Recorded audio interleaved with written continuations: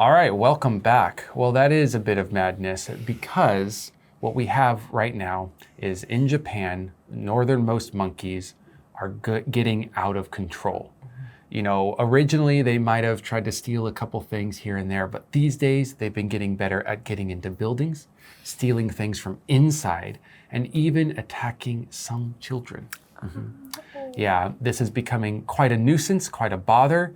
And the Japanese government these days is trying to find out maybe different ways of dealing with it. But unfortunately, one of those ways is euthanizing the monkeys themselves.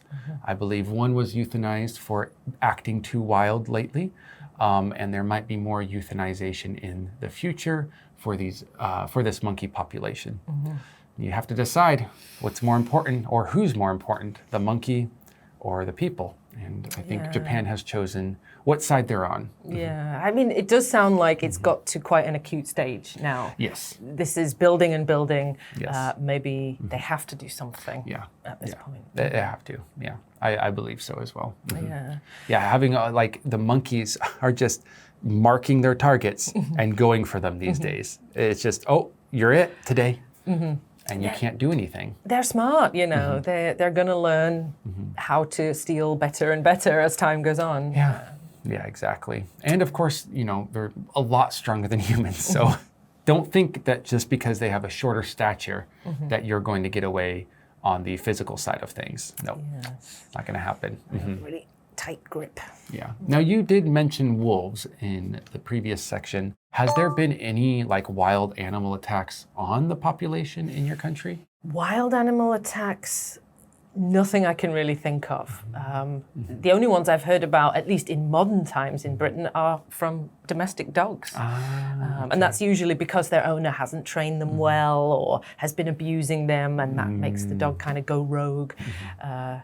But wild animals, I suppose, you know, you could get, I did hear about a swan that broke a woman's arm. What? Swans are beautiful, but they are vicious. Their mouth is just... They're real tall if they stand up, and the powerful wings and the neck muscle is very, very strong. Wow. Managed to break a woman's arm. Yeah. Wow. That is... I knew swans could do damage and hurt and be annoying, but breaking an arm. Adult woman. Be careful with the swans. Be careful with the swans. They look nice, but they are upset. And they're very territorial, very territorial. So why don't you just feed the ducks instead? Throw some bread, step back. Please, yes. In America, though, I don't think there's been a lot of wild animal attacks, but recently in the news, I haven't heard of anything like shocking. But yeah, every year there's definitely many, many different sort of attacks, both in the sea and the land. Air, I guess, I don't think it's an attack. I just think it's an accident when birds get stuck up in the plane's engines. Oh, bird strike. Yeah, bird strike. I don't think that's a purposeful on the bird's part, but definitely on the land and the sea there are unfortunate events. I think it was Eddie Izzard who commented that it's such a misnomer calling it bird strike. It should be called engine suck. Yeah. Yes. Birds are not striking. No, the engines are sucking them in. You know, the bird's just flying up there, then suddenly it's whoa. Yeah. It's like calling sort of a pedestrian accident with a car. A human strike. Human strike. A human struck my car. Yeah. Humans. Wow. Those dang humans.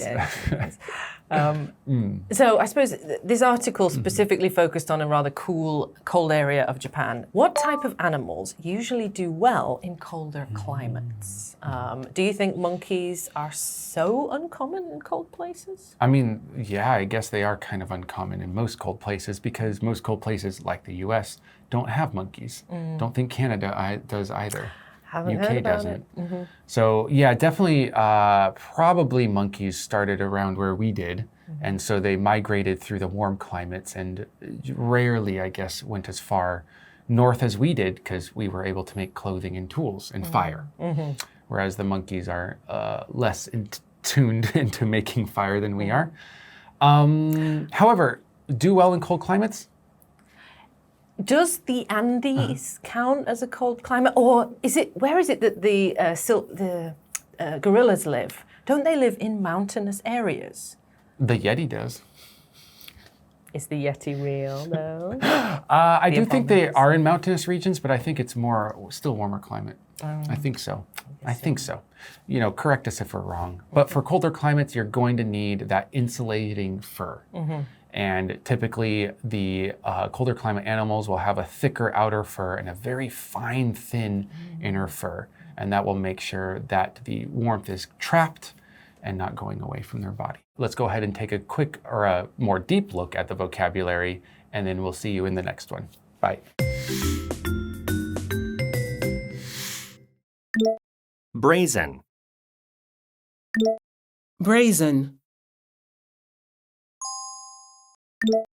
Resilient. Resilient. Foraging.